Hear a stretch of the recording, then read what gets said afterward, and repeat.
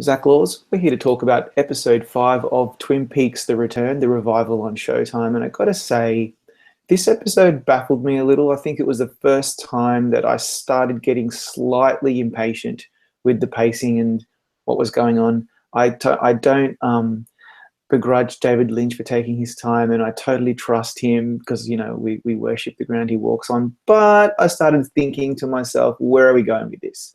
What was your initial reaction to episode 5? Well, this was a slower episode just in terms of, I guess, things happening.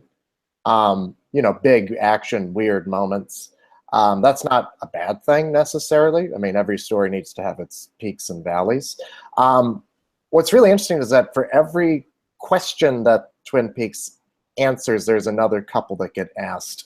Another piece of the mystery kind of falls into place, like at the beginning of the episode when Jane Addams, is the investigator looking into the two homicides, finds in the belly of the one victim Dougie Jones's, I guess it's his wedding ring.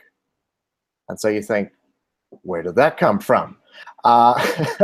We got introduced to some new characters and caught up with some old friends who we hadn't seen in a while. Probably the best question that got answered was what Dr. Lawrence Jacoby was doing with those gold shovels. I thought that was probably, in terms of the episode as a whole, I thought that was probably the highlight of it. Yeah. His little InfoWars type show. Yeah, when I saw that, I thought about you instantly because I think you asked the question, what the hell is Dr. Jacoby doing out there? I think that's been answered. I don't really understand the motivations behind what the hell he's doing, but we know now what he's doing with the golden shovels. He's selling them, and yeah, really crazy. I want to talk about my absolute highlight from this episode, which completely freaked me out, was Evil Coop. The awesome, terrifying flashbacks from 25 years ago when Evil Coop is being possessed by Bob. And then we see our first glimpse of Bob. Do you agree? Yes, absolutely. And that scene later on towards the end of the episode when he makes the phone call and it causes the prison system to go berserk. Classic David Lynch suspense building and payoff. Yeah, it really affected me. And then obviously with the prison scene later, he's calling someone. There's mentions of Mr. Strawberry, and I think, did he say the cow jumped over the moon? Did he actually? Yes, he did. Yeah, I went back and rewatched that moment for the recap that we had to do for the night of. Do you know if we're going to actually see? I don't know anything about the actor who played Bob. I can't remember his name. Is he still around? Are we going to see him? I don't know. I should have checked that. I mean, it's funny. I mean, in that cast list that we got, I don't think there was a mention of. I'm forgetting the actor's name. I'm so embarrassed. But who played Mike, Bobby Briggs's best friend from the series? He made an appearance right on the last episode. So I don't know if maybe there's some oversight in some of this, or maybe we've just missed some names. But yeah, I'm not sure if he's coming back or not.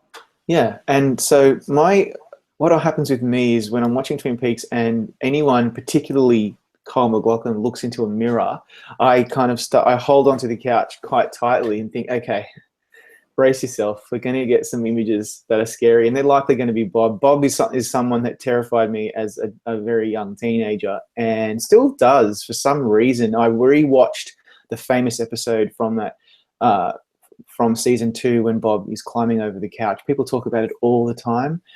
Back when I was a kid, I thought I was the only one in the world that thought that scene was scary. Obviously, I was in my own little world. That's not true. Everyone seemed to have found that scene so scary. And so every time I see Bob, I get really scared. I really do. And I'm a grown man. So explain that. Well, it's terrifying. I mean, number one, he's perfectly cast. Looking for a skeezy looking guy, he was your man. But it's terrifying because, I mean, he is in the show the embodiment, the personification of pure evil, and he's predatory as well. You think about what he's doing in molesting and murdering these women. It's really unsettling. you know. But I don't know if the actor who played Bob is coming back or not, but I feel like we're getting towards an appearance by Bob in some kind of manifestation. I also think that we're probably getting closer. I don't know if the entire 18 episodes is going to be like this, but we're getting little moments of Agent Cooper coming back. I think, you know, these little sparks of coffee and then the word agent kind of clicking in his mind. What did you think of that?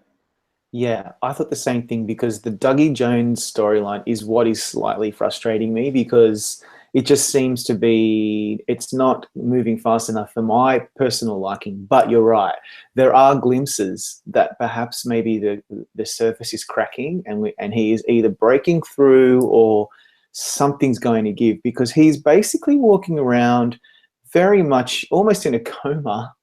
He can barely speak or walk or do anything. He goes into a lift and just stands there facing away from the doors, and he has no self-awareness. I don't quite get it. I don't actually get what's going on with Dougie Jones. I mean, what do you think about that whole storyline generally?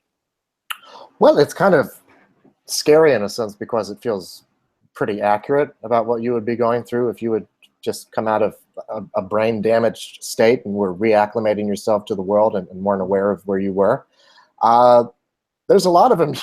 I really like Dougie Jones and the weird people who surround him, like his wife, Janie E., and Sonny Jim. I don't know if we talked about Sonny Jim on last week's episode or not, but I loved Sonny Jim.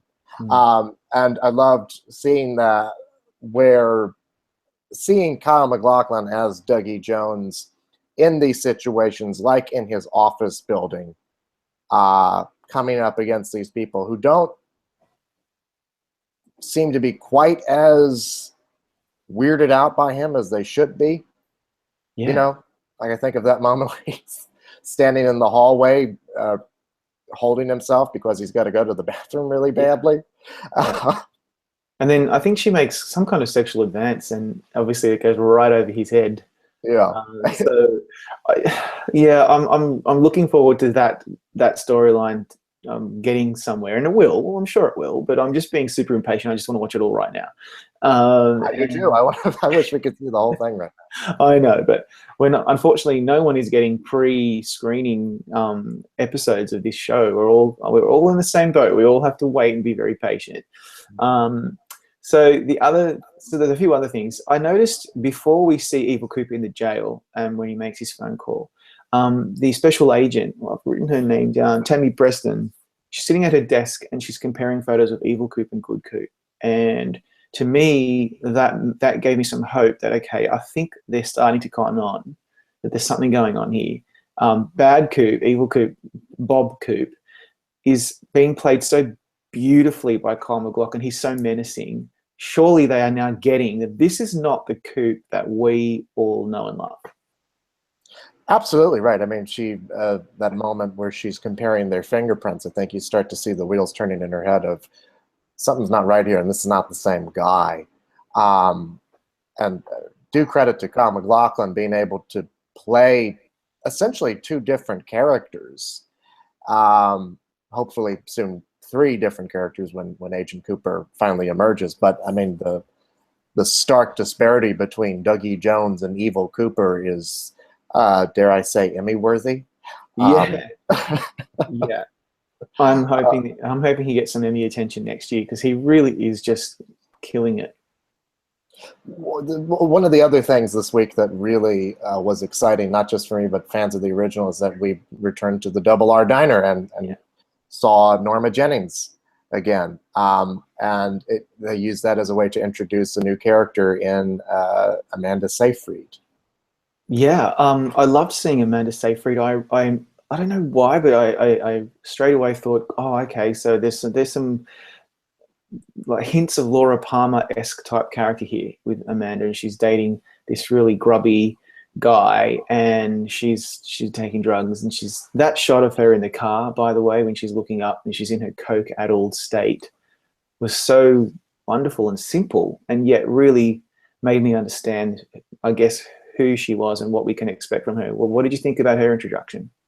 Oh, absolutely. I thought that shot you're talking about was classic David Lynch, melding music with imagery in a really beautiful and profound way. And you're right. I mean, there are echoes of Laura Palmer in this young woman. Could it be that maybe he's setting her up to be like a Laura Palmer, that could be a new mystery that could happen? I don't know. I wonder.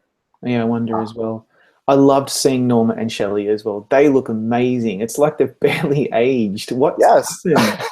I want whatever they're having. We need to like all get in on that because they looked great. And I just love Peggy Lipton and Mansion Amick. I've always been fans of their work, and so it's cool to see them. I don't know where we're going to go with them, but it was really nice to see the familiar faces. We've seen a few at the sheriff's office, and we've seen, you know, bits and pieces of people that we know from the previous series. But that was great. I totally agree. It really kind of grounded us, excuse me, back into Twin Peaks after all the Dougie Jones stuff, which has been kind of slightly frustrating.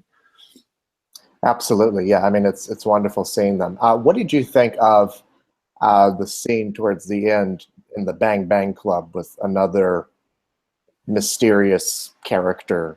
Yeah, that super creepy and aggressive guy is smoking and gives that money to the other guy, and then he was just so aggressive with that woman. I don't understand it at all. I just thought it was really menacing. And in fact, when we go to the club and we see the live act performing, I checked the streaming and I was like, oh, hang on, we've still got like 10 minutes to go, because I would have thought it would have ended, given that every other episode has ended on a musical performance.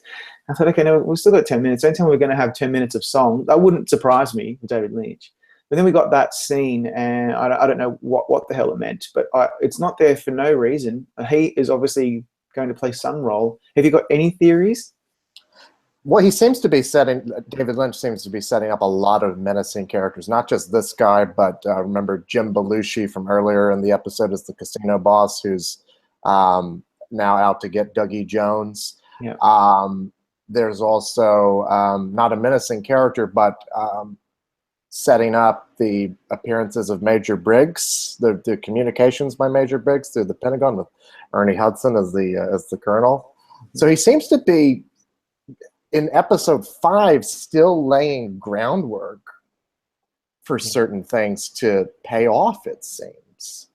Yeah, totally. And I think none more so than we start in Las Vegas, and then we see this woman call a black box, and then towards the end of the episode we see the black box in Buenos Aires of all places, and then it spontaneously turns into a little black nugget.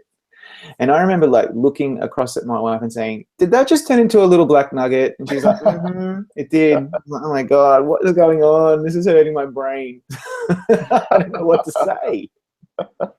And don't forget the explosion midway through of Dougie Jones's car with those mysterious guys in the black car. Yeah, a lot did happen in this episode. The more we talk about it, the more I can say, yeah, a lot really did actually happen in this episode. It's just that we can't quite explain how they're all linked. But I guess if we want to wrap up this discussion, I think so far for me, episode 3 has been my favorite so far. That has not been surpassed. That whole dream sequence stuff was pretty incredible. But this one, although it frustrated me, I was still pretty much enthralled the whole way through. And I am so desperate now to keep watching.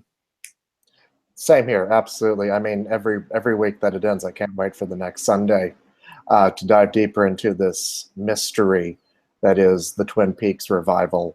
And I mean, we still have so many other characters that have yet to show up that we're really looking forward to, like Everett McGill as Big Ed Hurley, and other people who've just made sort of small cameos so far that I think are going to be back for more.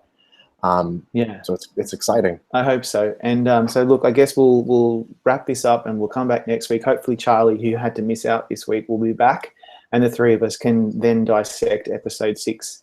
Okay, thank you, Zach, for your time, and we'll see what happens next episode. See you, Rob.